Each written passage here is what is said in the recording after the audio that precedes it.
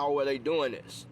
One of the things that started way back when the Black Power movement was making a serious impact, when the civil rights movement was making a serious impact, there were efforts on multiple levels to change the mind state of black folks, to break black people's spirits, and to replace revolutionary heroes with reactionary heroes. And one of the things that happened was, instead of Huey Newton, they gave us Superfly. They gave us folks like that to look up and for young people to aspire to model themselves after, as opposed to being champions of the community. So for the last 40, actually 50 years now, they have invested a lot in the entertainment industry to market destructive images to our people. And we have found even in real life situations, with gangs, once this culture was taken on, they then use that as an excuse to invade our communities and start raiding our communities and rounding up young people, just like they rounded up the slaves. Again, as we speak on gangs, we gotta know that's the warrior class. And every time they invade any space, that's the first group they go after, the group that they know ultimately is going to fight, resist, and in a lot of cases keep them from coming in. So in our communities, it was the youth that was classified as gangs. So with gang raids, gang injunctions, and even manipulating gangs to carry out fratricide against each other, that helped, that allowed our young people to massively take each other out. And in some cases, adults in response who were afraid of that, they moved out the area. So the gang raids, injunctions, and manipulation. Then, of course, it was the war on drugs. As we know, they flooded our communities with drugs. And in response, used that to come in and raid and seize and kill people. And again, as drug dealers accumulated a lot of properties, businesses seized and took those properties and businesses. But again, 40, 50 years later, it has resulted in a lot of devastation in our community.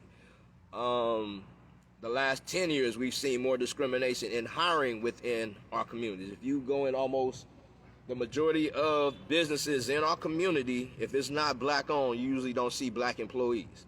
So again, when you cut off people's jobs in their community, you cut off their means to sustain being able to pay rent, pay mortgage in those communities. But in addition to that, we've seen even in Black Hollywood where a number of celebrities are now saying they're getting less opportunities in Hollywood. Like I was saying, in construction, you go almost past any construction site, you won't see no brothers working unless it's, after everybody went home for the night. They got a black security guard out there making $17 an hour, where the people on the actual construction project, the lowest man is getting like $40 an hour. So again, discriminating in hiring.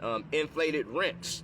This is one of the things we've seen across the board. Inglewood, LA, wherever, people rents have seriously skyrocketed over the last 10 years. They saying the average rent in LA right now is about $2,000. And in some areas we know it's above and beyond that. But again, when people who do have jobs, their pay rate hasn't been able to keep up with the cost of living, that forces people out. But again, where most people have been cut off from jobs, period, that forces people out. And then, of course, with COVID, as it wiped out pretty much everybody was doing anything, got folks hooked on EDD for about a year. But once they cut EDD off, now folks are back to seriously struggling. And we have seen the rise in so-called criminal activity, not at the extent that white media wants you to believe, but some of us know shit's happening out here. Then, of course, predatory loans. Knowing a lot of black folks in financial need over the years, and coming with these adjustable mortgages and reverse mortgages and different mortgages that trap black folks into mortgages that at first appeared to be something that would help them, but every 2 years or so the rate increases to where folks could not afford to keep up. And a number of people, like I was saying, from 2008 forward, black folks across the country have lost a lot of wealth, have lost a lot of property as a result of these mortgage scams. Eminent domain in Inglewood, this is one of the primary things they are doing to build this stadium and different things to accompany the stadium.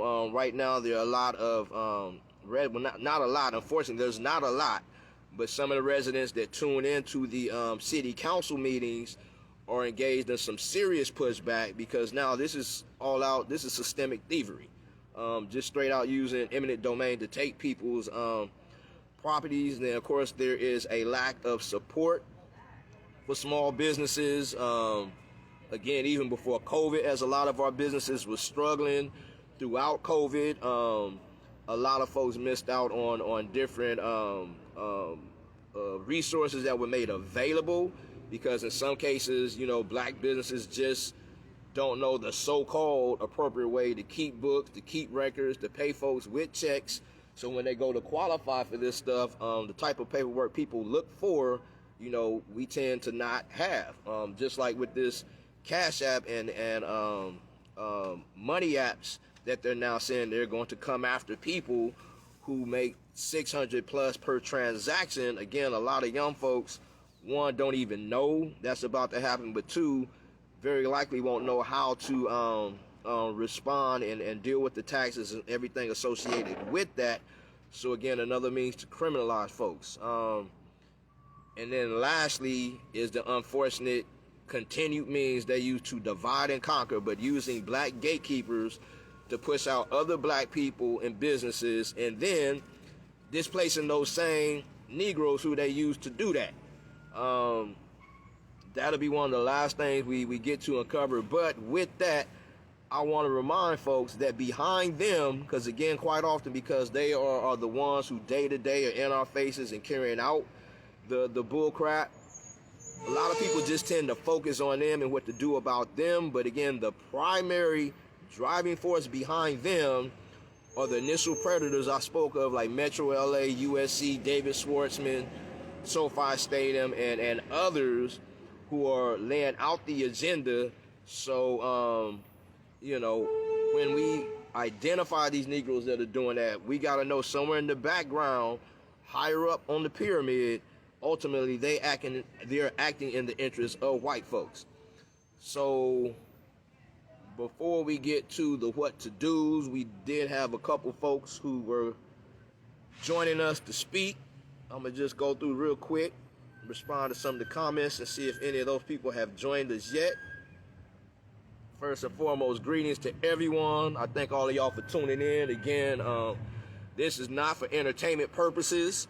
Like I said, some of you who may feel you're not being affected right now, you know some people that are being affected. So the hope is for you to form study groups, also to first and foremost share the information to give a broader understanding of why what is happening, but also as we get to the what to do's, for you to introduce some of these what to do's to your groups and see, you know, if y'all ready to do some of these things or if y'all can build on some of the things introduced. But right now, y'all, we got to do. And again, a lot of folks feel that it's impossible to defeat these entities. Yes, when we don't know, when we're not looking to make an effort. But like I said, in this group where this information is being presented, it's a number of people that's out here winning some victories, y'all. And the only thing is we don't have more people doing it. As we get more people doing it, we will be even more victorious.